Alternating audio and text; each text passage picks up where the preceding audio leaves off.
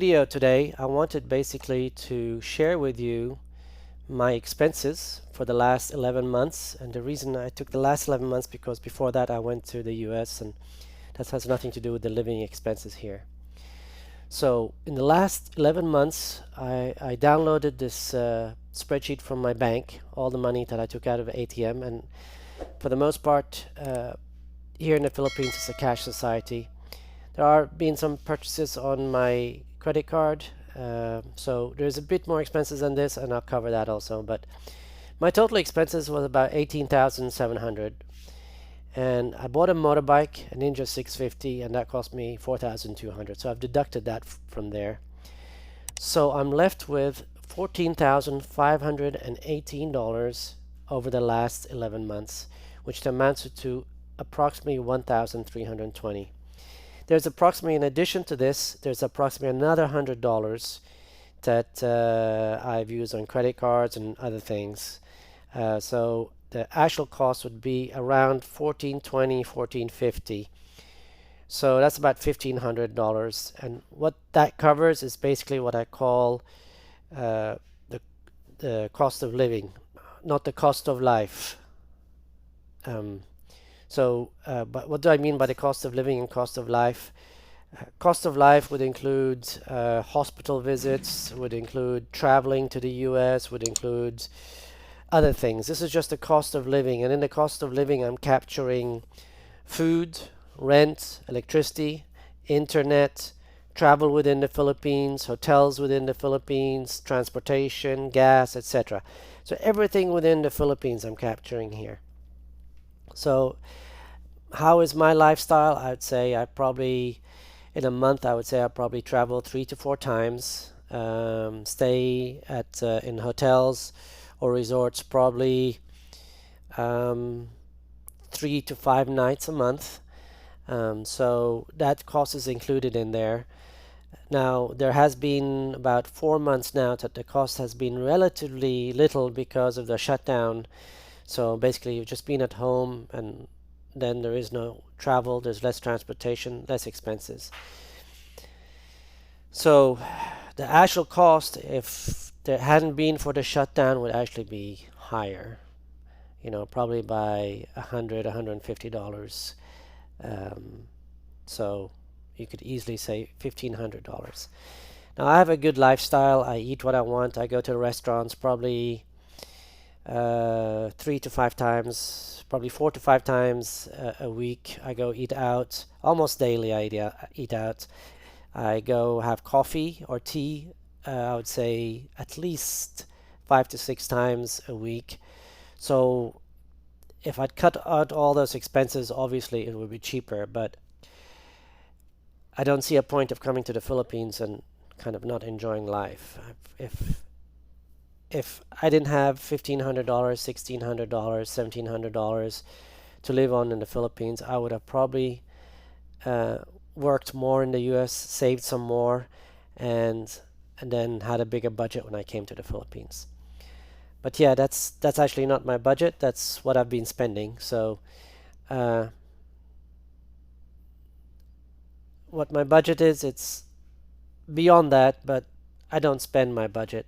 I like to keep it below my budget. So anyway, so I think for anyone coming to the Philippines, I think you should at least, and this is in Dumaguete, Philippines, so I think you should at least calculate $1,500 a month. Now, I've seen places where people talk about, $500, $600, $700 in the Philippines. And if you're on that type of budget, you're not really living, you're just existing, which is not really a good lifestyle. If that's the kind of budget you have, I would recommend that you work a bit more in your home country and save a bit more, invest a bit more before coming here.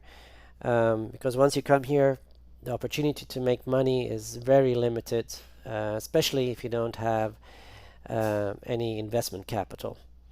So, and I've also captured my expenses in the month of June just to show you some type of breakdown. And let me get that open here. So this basically would be my expenses. Let's see here.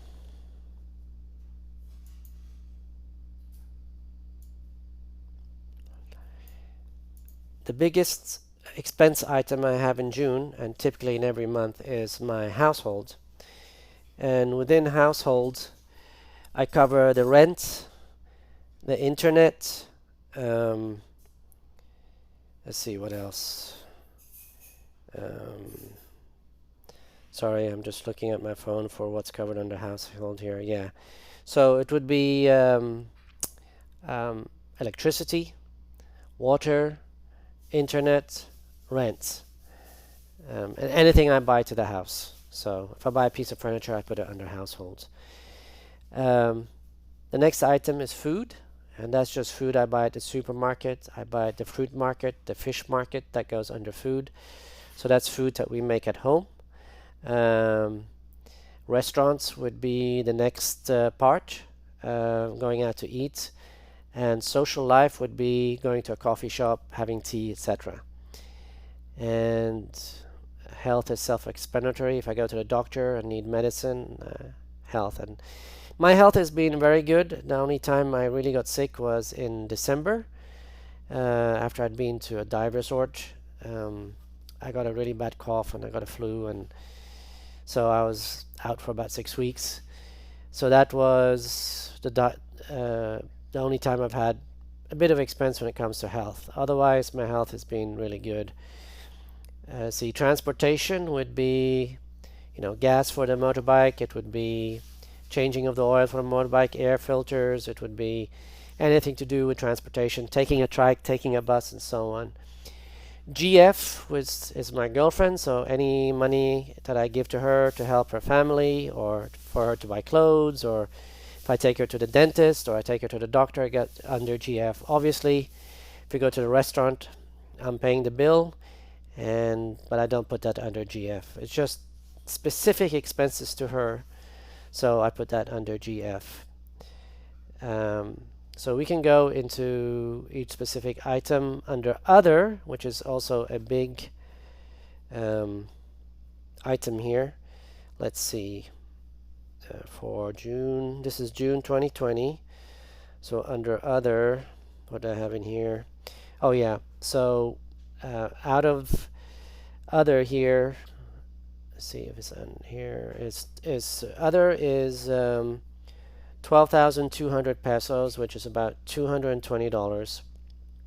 And out of that, 7,000 pesos, or $140, was actually for the immigration visa, and that's over a 6-month period. So in essence, I could have divided that by 6 and just put it for that month, but I didn't do that. I think the rest here we covered. So that is basically my expenses, and so that's a quick overview of my expenses for June and my expenses for the 11 last months. So if you've enjoyed this video, please subscribe, like, and share. And if you haven't enjoyed the video, comment below and tell me why. Okay, thanks. Bye.